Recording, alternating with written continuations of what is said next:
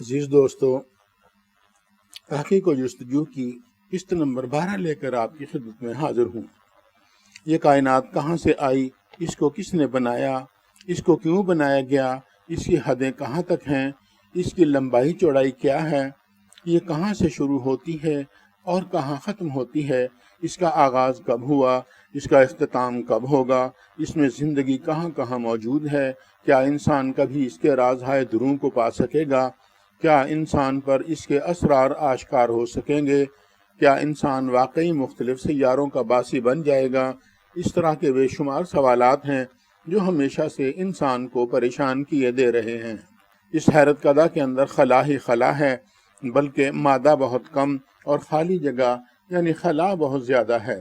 ایک سیارے سے دوسرے سیارے تک لاکھوں سے زیادہ میلوں کا فاصلہ حائل ہے۔ زمین سے کم از کم فاصلہ رکھنے والا یہ چھوٹا سیارہ چاند ہے، جو زمین سے 2.5 لاکھ میل یا 4 لاکھ کلومیٹر کے فاصلہ پر واقع ہے۔ اس کی سرحدیں کہاں تک ہیں یہ کوئی نہیں جان سکتا۔ اس کائنات میں فاصلہ بہت ہے اور انسان کی زندگی بے حد مختصر ہے۔ اگر انسان اپنی پوری زندگی بھی اس کی جانچ پڑتال میں گزار دے تو ایک راز تک بھی نہیں پہنچ سکتا۔ اس زندگی کا المیہ یہ بھی ہے کہ یہ بے حد مختصر ہے۔ کائنات کے اسرار و رموز پا لینا تو درکنار، انسان ابھی تک اپنی زمین پر بکھرے ہوئے اسرار و رموز کی تہہ تک نہیں پہنچ سکا ہے۔ زمین پر آج تک انسان کئی تہذیبوں سے گزر چکا ہے، یہ کوئی نہیں جانتا۔ لاکھوں برس سے زمین کے سینے پر موجود اپنی تہذیبوں کے کون سے دور سے گزر رہا ہے، ہمیں نہیں معلوم۔ سرزمین مصر کو ہی لے لیجئے، اسرار و رموز کے ٹھاٹھے مارتے ہوئے سمندر اس زمین پر بکھرے پڑے ہیں اور ایک معمہ ہے۔ اہرام مصر کیا ہیں، یہ کس نے تعمیر کیے، یہ سوال آج کے انسان کے لیے سہانے روح بنا ہوا ہے۔ انسان کی معلومہ تاریخ بھی اس سوال کا جواب دینے سے قاصر نظر آتی ہے۔ ہزاروں برسوں پر مشتمل مصری تہذیب اپنے اندر چونکا دینے والے سوالات لیے ہوئے ہے اور آج کے انسان کو بوکھلائے دے رہی ہے کہ یہ تہذیب کب شروع ہوئی اور کس قوم نے شروع کی۔ وہ اپنے مر جانے والے عزیزوں کو محفوظ کیوں کر لیا کرتے تھے، وہ کن دیوتاؤں کو خوش رکھنے کی کوشش میں اپنے مردوں کو ہو بہو رکھنا چاہتے تھے، اپنے مردوں کو ممی بنانے کی خواہش ان کے دل میں کیسے پیدا ہوئی۔ یہ ایسے سوالات ہیں جو مصری اقوام کے ناپختہ عقیدے اور غیر حقیقت پسند نظریات کی غمازی کرتے ہیں۔ اس وقت کی مصری اقوام بلا شبہ بے حد ذہین و فطین تھیں، مگر اپنی تمام تر ترقی اور کمال صناعی کی حدوں کو چھوتی ہوئی قابلیت کے باوجود مختلف النوع توہم پرستی میں مبتلا رہی تھیں۔ اس میں کوئی شک نہیں کہ انہوں نے بے شمار آلات استعمال کیے، قوانین فطرت کا پتہ چلایا، زمین کا مرکز معلوم کیا، سیاروں کی گردش معلوم کی اور تعمیرات میں مہارت تامہ حاصل کی، مگر ان کے ذہنوں میں رچا ہوا ابدی خوف ان کو مجبور کرتا تھا کہ وہ اپنے مردوں کو حنوط کروائیں۔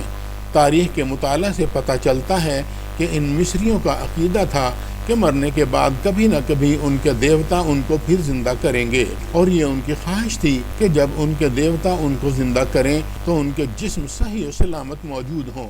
دوبارہ زندگی پانے کا تصور مصریوں کو ممی بننے پر مجبور کر دیا کرتا تھا۔ اس ذوق میں کہ وہ دوبارہ زندہ ہو جائیں گے، مصری ہزاروں برس تک اپنے مردوں کو حنوط کرواتے رہے، مگر ہزاروں برسوں نے ان پر یہ بھی ثابت کر دیا کہ زندگی صرف ایک بار ملتی ہے، دوبارہ کبھی نہیں ملتی۔ مصریوں کو دوبارہ زندگی پانے کی خواہش نے حقیقت کا روپ تو کبھی نہ دھارا، مگر ان کی حنوط شدہ لاشیں آنے والی نسلوں اور تہذیبوں کے لیے عجائب گھروں میں لیٹی، کھڑی اور بیٹھی مختلف انداز میں مختلف نسلوں کے لیے عبرت کا نشان بنی ہوئی ہیں۔ غیر روایتی طور پر اگر دیکھا جائے اور فنون حنوط کاری کا بغور جائزہ لیا جائے تو قدیم مصریوں کے فن حنوط کاری میں مہارت کا قائل ہونا پڑتا ہے۔ اس میں شک کے قطعاً کوئی گنجائش نہیں ہے کہ قدیم مصری اس فن کے دیوتا تھے۔ آج سے ہزاروں برس پہلے جب انسان نے بظاہر اتنی ترقی نہ کر لی تھی، اس دور میں مختلف کیمیکلز کا اتنا بہترین استعمال ان کی مہارت کا بہترین ثبوت فراہم کرتا ہے۔ جس طرح سے وہ لوگ اپنے مردوں کو حنوط کرواتے تھے یا کرتے تھے، اس کی مثال اس ترقی یافتہ دور میں بھی ملنا محال ہے۔